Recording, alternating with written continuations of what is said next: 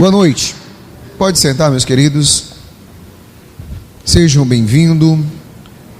Hoje, um dia de chuva, para a glória de Deus, né? Estava precisando, né, irmãos? Choveu um pouco. Amém? E graças a Deus que hoje foi um dia de chuva, mas eu creio também que vai ser um dia de vitória. Amém? Irmãos, chegamos no 7º dia de vitórias e já estamos com nossos pés no 2º semestre. E é importante que você entenda que chegamos até aqui e os nossos corpos, aonde primeiramente devemos chegar o quê? O nosso coração. Por que o nosso coração, pastor? O meu coração tem que estar, pastor, aonde eu tiver o meu tesouro? Sim. E olha o que diz a Bíblia lá em Mateus 6:19. Mateus capítulo 6, versículo 19. Não ajunteis tesouros na terra, aonde a traça e a ferrugem e tudo consome, e aonde os ladrões minam e fazem o quê? E roubam. Muitas das vezes nós queremos ajuntar o quê, pastor?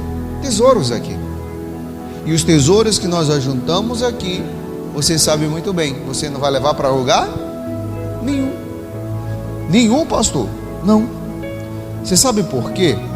Deixa marcado aqui, vamos lá em Eclesiastes. Olha aqui só na televisão, deixa aí, tá? Olha aqui no livro de Eclesiastes, no nome de Jesus.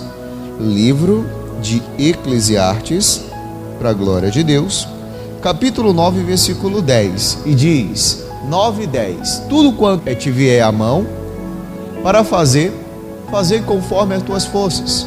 Porque na sepultura para onde tu vais, não há obra, nem indústria, nem ciência e nem sabedoria, o que, irmãos? Alguma. Então, meu querido, tem gente que está querendo juntar um monte de tesouros aqui. Tesouros que não vai levar para lugar nenhum. Quando você morre, você leva a casa? Leva a casa? Você leva a moto? O carro? Leva o carro? Não. Não leva nada. E a Bíblia diz, meu irmão, que não leva nem sabedoria e nem indústria. Pastor, nem riquezas, não. Já viu alguém? Nasci rico, morri rico. Já viu alguém? Sim ou não? Sim ou não? Morre igual os outros. Sabia disso? Morre igual os outros. Mas pastor, mas houve um funeral. Pode ter visto até um funeral ali bem bacana, uma cerimonial bem legal, mas vai para o mesmo lugar dos outros. E aí ele diz assim, voltando lá, Mateus 6:19: não ajunteis tesouro na terra, aonde a traça e a ferrugem tudo consome, e aonde os ladrões minam e roubam. Olha o 20: mas ajuntai tesouros aonde? Nos céus, aonde nem a traça e nem a ferrugem consome, e aonde os ladrões não minam e nem roubam. Tesouros aonde, pastor? Nos céus. É uma conquista que nós devemos, meu irmão, lutar todos os dias para conquistar. Mas a Bíblia deixa bem claro, meu querido, para entrar no reino dos céus, há o quê? Violência. E nem todo mundo que está do seu lado vai poder entrar. Mas por quê, pastor? Porque muitas das vezes está olhando para onde? Para os tesouros da terra. E aí ele diz, ajuntai tesouros aonde? No céu.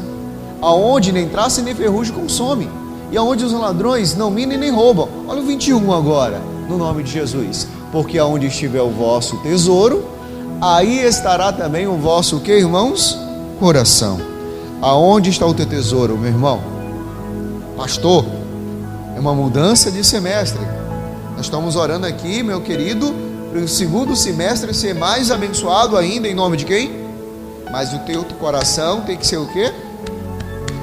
Aonde está ele? Pastor, está olhando para quem? Porque o mal das pessoas é olhar para um homem. O mal da pessoa é olhar para o fulano, para o ciclano. Olhe para o autor e consumador da sua fé. Pastor, mas eu admiro, sim. Olhe para Jesus. Admire Jesus. Por quê? porque onde estiver o vosso tesouro, aí estará também o vosso. Olha o 22. A candeia do corpo são quem? Os olhos. De sorte que os teus olhos forem bons, todo o teu corpo terá o quê? Luz. Os olhos bons? Sim. E nesses últimos dias, nós temos aprendido muito, meu querido, sobre isso. Nós vivemos num tempo que, pastor, que as pessoas, elas fazem o quê? Elas próprias se convertem. Como, pastor? Quando a própria Eva foi tentar se converter, você sabe o que deu. Quando ela foi ouvir quem? A serpente. Quando ela foi ouvir o coração. Tem gente que está assim, querendo ouvir o coração. E a Bíblia diz que o coração do homem, ele é o quê? Enganoso. E aí, meu querido, a pessoa, ela faz o quê? Ela faz o que está no coração e se dane a vida espiritual. A vida espiritual dela, meu querido, fica de qualquer jeito, de qualquer maneira. Por quê? Porque o que ela está sentindo, a sensação que ela está sentindo, o mundo parece que está desabando e ela está perdendo a paz. Já viu isso? Você já sentiu isso? Parece que o mundo está se acabando hoje para você e ela está perdendo o quê? A paz. Você sabe por quê? Porque, meu querido, o coração dela está onde? Olhando para quê? Em quem? Por que, pastor, o senhor está falando isso? Ou a candeia do corpo são quem? Os olhos. Nós somos assim, que nós olhamos, muitas das vezes nos agradamos. Já viu uma coisa feia e ser boa? Alguém já teve isso? Uma coisa feia e ser boa? Ninguém? Já comprou uma coisa feia e boa? Ninguém nunca comprou, né? Não? Mas tem coisas bonitas que você compra que não vale nada. Não vale nada. Ah, pastor, pastor, às vezes você vê lá, rapaz, o negócio é bacana, hein, tal e tudo, mas não vale nada. Aquele negócio que você despreza, que você olha, é feinho, mas é bom, hein? Sabe por quê? Porque muitas das vezes você está assim, irmão, ó, olhando, e você está o quê? Julgando. E Jesus, meu irmão, nesses últimos dias, tem falado muito, como, pastor? Pessoas aí que estão com a vida confortável, fazendo o quê? Juntando tesouros terrenos, querendo ter vida abundante e esquecendo do principal, que é o reino dos céus. E olhando, meu irmão, para onde? Olha o que ele diz: de sorte que os teus olhos forem bons, todo o teu corpo terá o quê? Luz. Ó, teus olhos forem bons, todo o teu corpo terá o quê? Luz. E aí ele diz assim no versículo 23: e se porém os teus olhos forem maus, o teu corpo será tenebroso. Se, portanto, a luz que em ti há são trevas, quão grandes serão tais trevas? Pastor, eu tenho que ter o quê? Cuidado. Porque, meu irmão, a pior coisa é a pessoa, meu querido, fazer o que dá na telha. Nós servimos um Deus de provisão. Servimos um Deus, meu querido, que Ele faz prover na sua vida. E a Bíblia fala de um homem, o primeiro homem que falou que ele servia um Deus de provisão. Qual era o nome dele? Abraão. Vamos lá, Gênesis, capítulo 22. E você sabe que o tesouro que ele tinha, qual era naquele momento? O filho chamado quem? Isaque. Agora, se fosse o Ismael, ele dava de graça, né? Vamos matar o Ismael, vamos matar. Porque ele era o filho da onde? Da carne. E aí, meu querido, Deus pede para ele o quê? O seu único filho. Cuidado, irmão, ó. Tem gente aí que está fazendo um pose de campeão e tem muita gente que está puxando o quê? O seu tapete. Muito cuidado. Por quê, pastor? Porque a pior permissão de Deus é que a gente vê Deus pedindo Isaac para Abraão. Achamos lindo, até vimos em filme, né? E assistiu já esse filme? Já assistiu, Bruno Cláudio? Assistiu? O Abraão levando aquele velhinho, indo com o filho, aquele jumentinho. tal, e tudo. Vimos, enfim, achamos lindo aquilo ali. Sim ou não? Sim ou não? O menino ali ao redor, todo menino é com ele. E ali, meu irmão, estava o maior tesouro de Abraão. Qual era o maior tesouro de Abraão? O Isaac, o filho. Aí você vê, Deus pede quem? O Isaac. Assim, e aconteceu depois destas coisas, que tendo Deus a Abraão, e disse-lhe, Abraão, e ele disse, o que ele disse? Eis-me aqui. Vamos lá? No nome de Jesus. Passa para o versículo 7. 22:7. Então falou Isaque a Abraão, seu pai, e disse-me, meu pai. E ele disse, eis-me aqui, meu filho. E ele disse, eis aqui o fogo e a lenha. Aonde está o cordeiro para o holocausto? Imagina o que estava passando na cabeça de quem, irmãos? De Abraão. O maior tesouro, ele estava levando para si, para fazer o quê? Sacrificar. Deus pediu o seu maior tesouro. Versículo 8. E disse Abraão, Deus proverá para si o cordeiro, para o holocausto, meu filho. E assim caminharam ambos como juntos. Se o Abraão tivesse entrado em desespero, se o Abraão, meu irmão, falasse, Isaac, é você. Ele tinha, meu irmão, destruído todo o plano de quem? Todo o plano de quem? De Deus. E aí diz assim, e vieram ao lugar que Deus lhe dissera, e edificou Abraão ali um altar, e pôs em ordem a lenha, amarrou a Isaque, seu filho, e deitou sobre o altar, em cima da onde? Da lenha. E estendeu Abraão a sua mão, e tomou o cutelo para imolar quem? O seu filho. Vamos lá. Mas o anjo do Senhor lhe brandou desde os céus e disse, Abraão, Abraão. E ele disse, o que ele disse? Eis-me aqui. Então disse, não estendas a tua mão sobre o moço, e não lhe faça nada, porquanto agora sei que temes a Deus, e não me negaste o teu filho, o teu único, o tesouro. O Abraão conquista aquilo que Deus prometeu para ele. E no meio daquela caminhada, Deus pede aquilo que ele conquistou. Aquilo que era o que, irmãos? Impossível. Impossível aos olhos de quem? Do homem, porque a sua esposa, a Sara, ela era o que? Estéril. Mas pelos olhos naturais, você teria coragem de sacrificar o seu filho?